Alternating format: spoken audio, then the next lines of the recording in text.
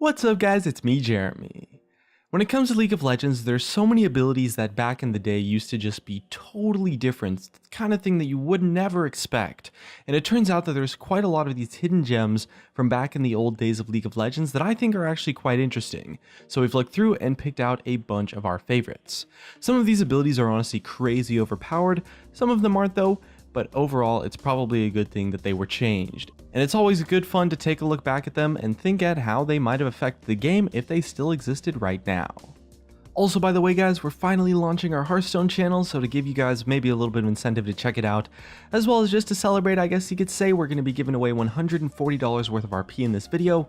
Originally, I would have only given away 100, but actually in our last giveaway, we had one of the winners not claim their prize, so I'm just going to increase the amount on this giveaway and hopefully it works out. Super easy to enter, as always, just check the link in the description. And if you guys enjoyed the video, hit that like button, and if you don't, definitely hit that dislike. And if we reach 1,000 likes on this video, I'm going to make myself a sandwich. Anyways, let's get started. So first up on our list, we have an ability from Shaco with his old Q, which was called Maniacal Cloak. This ability was the old form of Shaco's Deceive, but instead of being a one-time cast that stealthed him that then went on cooldown, it was actually instead a toggle on-off ability that consumed 15 mana per second. This was probably a good change just because it pretty much gave him almost permanent stealth as long as he had the mana, and that kind of thing is never really good for the game, but in the trade-off, we got Shaco's own personal flash effect, which does set him up for some pretty crazy escapes, invades, and jukes possible. The old Shaco ability was balanced by the mana drain effect, so you'd have to deactivate it sometimes or maybe just completely risk running out of mana. But if you think about it, you would only pay 150 mana for 10 seconds of stealth, and that's still a pretty low trade-off for the amount of power that you actually get from having the potential of permanent stealth. You could pretty much act like permanent stealth by just toggling Maniacal Cloak when out of vision range or moving between bushes, turning it off to save mana when you set up your traps and all sorts of stuff, so it was definitely abusable.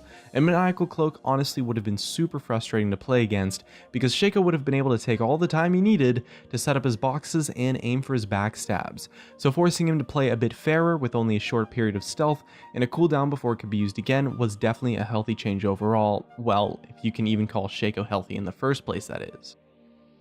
Next up we have Taric, who if we take a look at his pre-rework ultimate, that you guys might have known, the original version of that ultimate Radiance actually used to be a lot different. Not one to be a little bit outdone when it comes to being fabulous, Taric would emit a brilliant light that would heal himself and nearby allies over time, up to 50 base health per second, but also scaling with his ability power. And the cool thing is that this isn't really one of those, activate and it heals over 3 seconds kind of deal. Radiance was actually a toggle ability as well, so we could activate it and then leave it on until he just had no mana left. It became much more expensive to keep on the longer it was active, kind of like Nivea's ultimate at the time, but you'd only need maybe 5 seconds of permanent healing to completely break a teamfight and nullify all the damage the enemy team might have dealt. The range on it was actually pretty insane too. At 550 units of radius, it was even further than a flash in terms of the area of effect, so keeping allies in heal range would be quite easy to do in a teamfight. Riot do have kind of a policy to try to avoid direct healing abilities where possible because they're so anti-fun to deal with, so they tend to use barriers or maybe other temporary measures instead, so it's not that surprising that Taric would eventually lose this version of the ultimate for something that was a little bit easier to play around instead. And the first properly crazy overpowered ability that we're taking a look at today has gotta be Twisted Fate's old Pick a Card effect. A lot of people know about his Area of Effect gold card, his gold card used to be an Area of Effect stun, but there are also some finer details too. So blue card would give 60 bonus damage on your next attack, but also it would let you pick another card afterwards. Red card attacks would explode, dealing base damage in an area for up to 125 magic damage with a 1.5 second slow, and gold cards would deal up to 250 base magic damage in an area of effect and stun everyone for 1.5 seconds. So you definitely heard that right. I mean, why would you ever choose a red card for half the damage and a slow rather than double the damage and a stun at the time? Well, the answer is that you pretty much never would. You could chain blue cards for consistent DPS and for taking towers because they let you pick more cards afterwards and you could just spam blue cards over and over and over again, but you would pretty much never choose red ever because it was essentially useless in pretty much all situations compared to gold card. Twisted Fate's old gold card was of course super broken, and you could just stun and burst out entire groups of enemies without really needing to do much at all. It was an auto attack enhancement after all, so you really just can't miss it. So all you needed to do was pick a gold card and then aim for the enemy champion in the middle of a group. And honestly, this is probably one of the most busted abilities that ever existed, and fortunately it was changed to single target to both nerf its effectiveness and maybe make red card a little bit more valuable, since that change made it the only area of effect ability. And since we're talking overpowered, how about the old version of Karthus's passive, Death Defiled? We all know and love Karthus as kind of that Lich Mage that sticks around after death to dish out some pain for those extra 6 seconds or so, but what would be kind of broken is if back in the day it was 10 seconds, and even more so, it would be even more broken if he could literally respawn himself instantly at his base when he killed an enemy champion, and that's exactly what he used to be able to do, and it was honestly incredibly busted. Instant revives were pretty much untouched territory outside of the old summoner spell, and Karthus players loved it so much that running revive on Karthus became a pretty normal thing to do right up until it was axed from the game. It's super punishing to spend all of the effort and resources to actually kill someone, only for them to pop up back again and then get straight back into the fight using teleport, so it's definitely a good thing that it was removed, both from Karthus's passive and as a summoner spell overall. The biggest downside would probably be accidentally killing someone maybe right after you died so that you would respawn and then not have more time to dish out damage in a team fight, but even with that trade-off, the power in the free respawn lets you use your ultimate anyway, and it's just way too good to have an actual place in the game. Next up, let's see if some of you guys remember the dodge effect. We've talked about it quite a bit in a few times as an old removed game mechanic that gave you a chance to dodge basic attacks.